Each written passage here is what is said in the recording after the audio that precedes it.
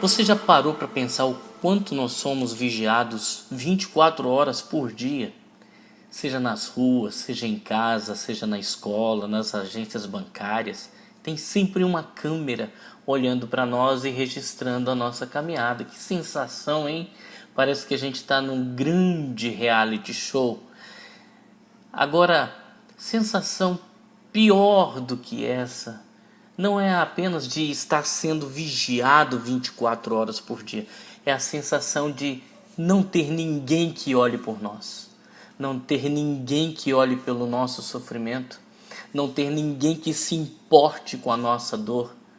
A sensação de estar sofrendo sozinho. De estar vivendo sem que alguém olhe para a nossa dor e o nosso sofrimento. Isso não acontece na palavra de Deus. E deixa eu te explicar por quê. Há algum tempo aqui você me ouviu falando sobre Jonas, o livro de Jonas. E no livro do profeta Jonas acontece que o profeta é chamado para ir a Nínive. E Nínive era uma cidade imponente, impenitente, má e perversa.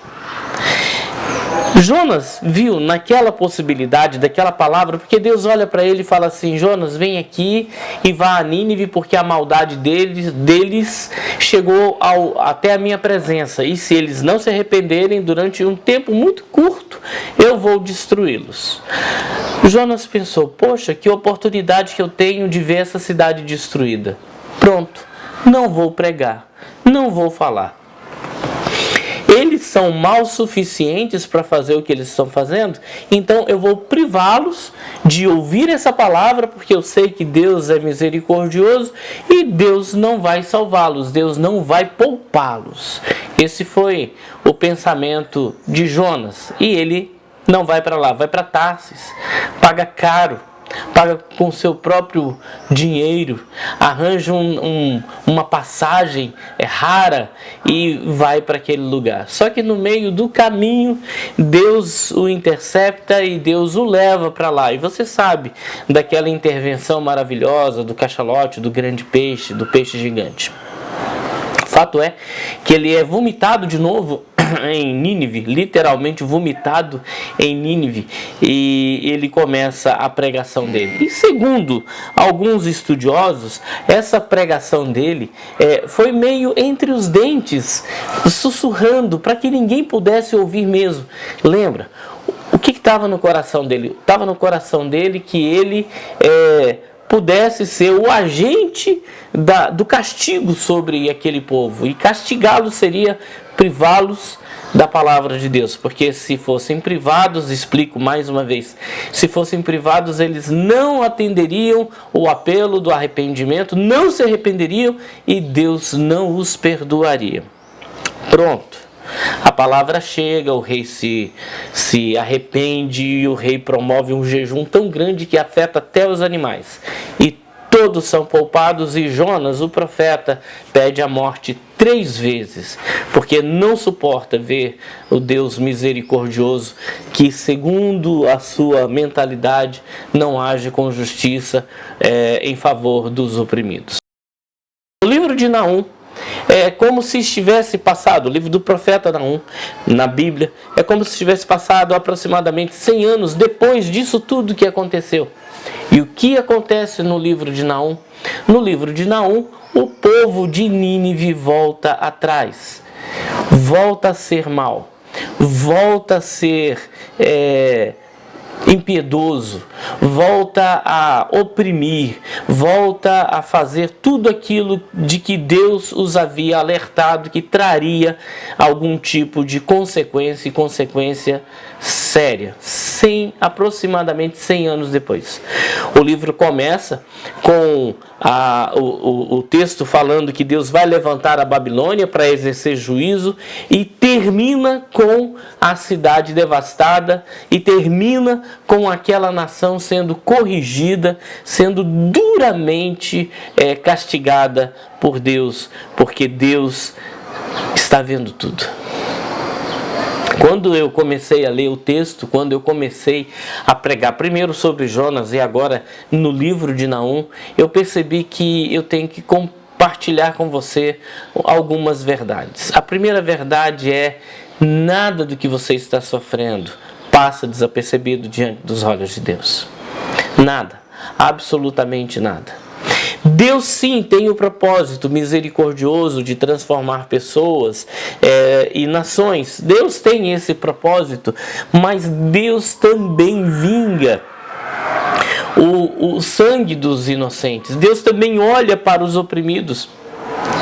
E quando Ele olha para os oprimidos, Ele vem com a sua ação redentora sobre os oprimidos. Deus não permite que os oprimidos continuem assim durante muito tempo. Deus não permite que os oprimidos sigam na sua luta pela sobrevivência sem que haja uma manifestação redentora de um Pai amoroso. A Bíblia diz assim: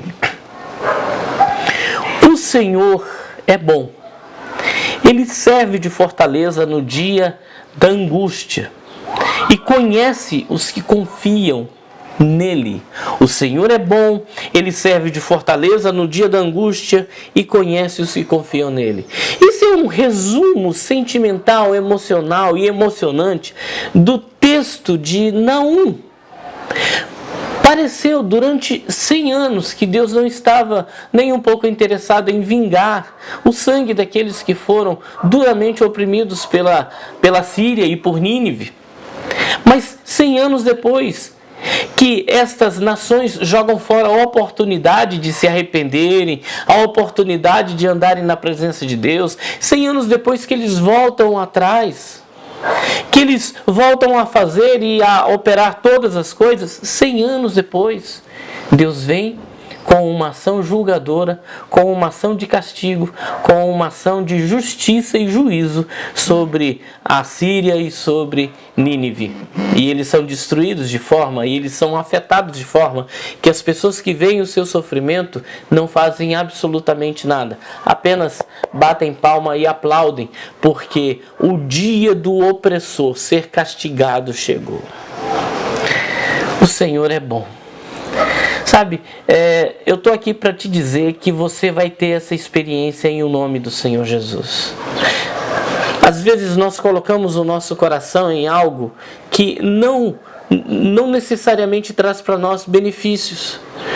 Mas quando nós colocamos o nosso coração nas mãos do Senhor Deus, nas mãos deste Big Father, e Big Father significa grande Pai, mas quando nós colocamos a nossa vida inteira nas mãos deste Deus amoroso, desse Deus que é bom, eu não sei qual é a experiência que você tem tido com Deus.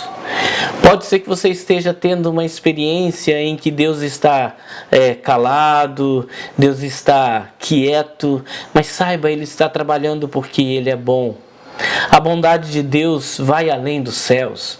Há vários salmos que falam sobre essa bondade de Deus. Louvai a Deus porque Deus é bom. Adorai a Deus porque Deus é bom. A própria natureza mostra a bondade de Deus. Não existe nada que possa te afastar da experiência da bondade de Deus. A bondade de Deus é o coração elástico que Ele tem de nos acolher como nós estamos e transformar o nosso momento, e transformar a nossa vida inteira. Sabe, Deus tem interesse em que você tenha essa experiência com Ele. Deus é bom. Deus é bom. Eu não sei quais são os sofrimentos pelos quais você já passou ou está passando. Eu não sei quais são as sensações que você tem de que esse momento não vai passar e de que aqueles opressores não serão castigados, não serão afetados de alguma forma. Começa a focalizar, começa a focar a sua vida na sua relação com o Deus bom, com o Deus que ama, com o Deus que te acolhe, com o Deus que te aceita, com o Deus que te ama. Mas Ele não é apenas bom. O livro de Naum tem esse texto como se fosse um oásis, para mostrar que além de bom, Ele serve de fortaleza no dia de angústia. Sabe? Busque a Deus agora. Ah, Evandro, eu estou sem força, já falei isso várias vezes. Você não precisa de força, você precisa crer. Crer que se você abrir agora a sua boca, se você clamar por Deus agora, a Bíblia diz, a palavra de Deus diz que todo aquele que clamar será salvo. Todo aquele que invocar o nome do Senhor Jesus receberá livramento. Todo aquele que clamar pela presença de Deus, a presença de Deus vai se manifestar. Então, Deus não é apenas bom. Como um conceito. Deus é bom como um pai amoroso. Primeiro, que está vendo todas as coisas. Segundo, que não deixa passar de largo as situações de injustiça. E terceiro, que sempre vem com a sua ação redentora sobre aqueles que estão sendo oprimidos. O foco de Deus é você. A atenção de Deus está voltada para você. Ele é bom e Ele serve como fortaleza no dia da angústia. Está passando pela angústia? Clama por Deus agora. Clama agora e você vai ver o que vai acontecer.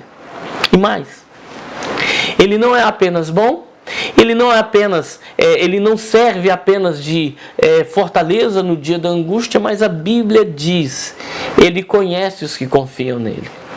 Sabe, um dia, uma mulher franzina, fraquinha, fraca já, fragilizada pela enfermidade, de um fluxo de sangue que não parava, veio pela multidão se arrastando entre aqueles pés, entre aquela multidão toda, e tocou nas vestes de Jesus.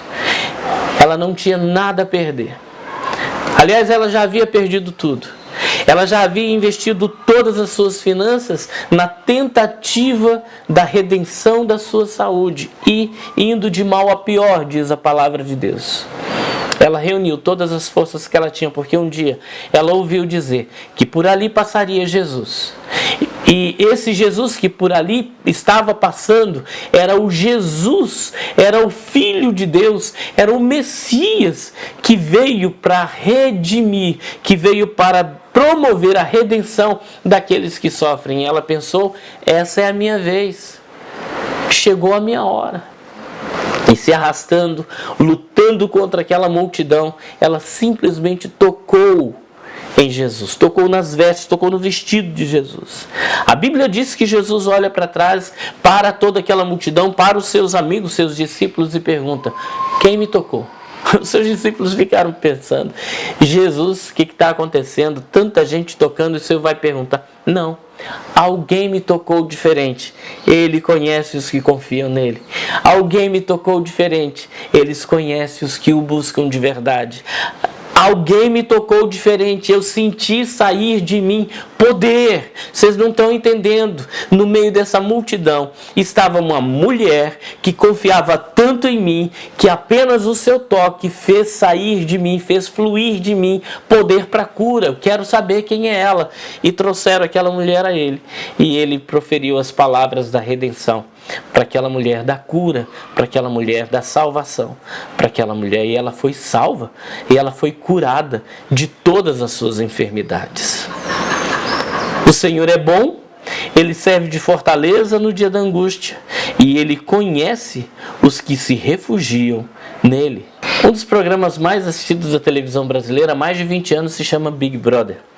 Nesse programa, um grande irmão, que é o grande público ou a grande mídia, manipula as situações e faz com que as pessoas sejam expostas a experimentos sociais de rejeição, de intriga, de controvérsia. E o público, o grande público, fica decidindo quem fica e quem sai dessa casa onde todos estão sendo observados pelo grande irmão. Eu não estou aqui para falar mal do programa, para falar mal da televisão, eu estou aqui para dizer que não existe necessariamente um grande irmão, um Big Brother, mas existe um Big Father, um grande pai.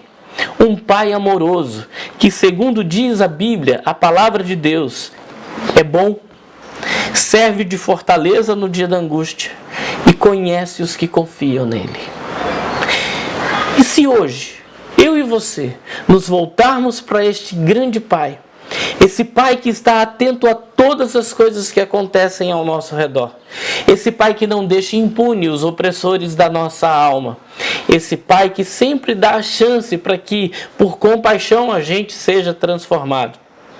Se hoje nós voltamos para este Pai, através do caminho que se chama Jesus Cristo, o caminho, a verdade e a vida, nós vamos ter o nosso coração transformado, nós vamos ter a nossa alma liberta e nós vamos ter a experiência real da justiça sobre o nosso grande opressor, o grande opressor da nossa alma.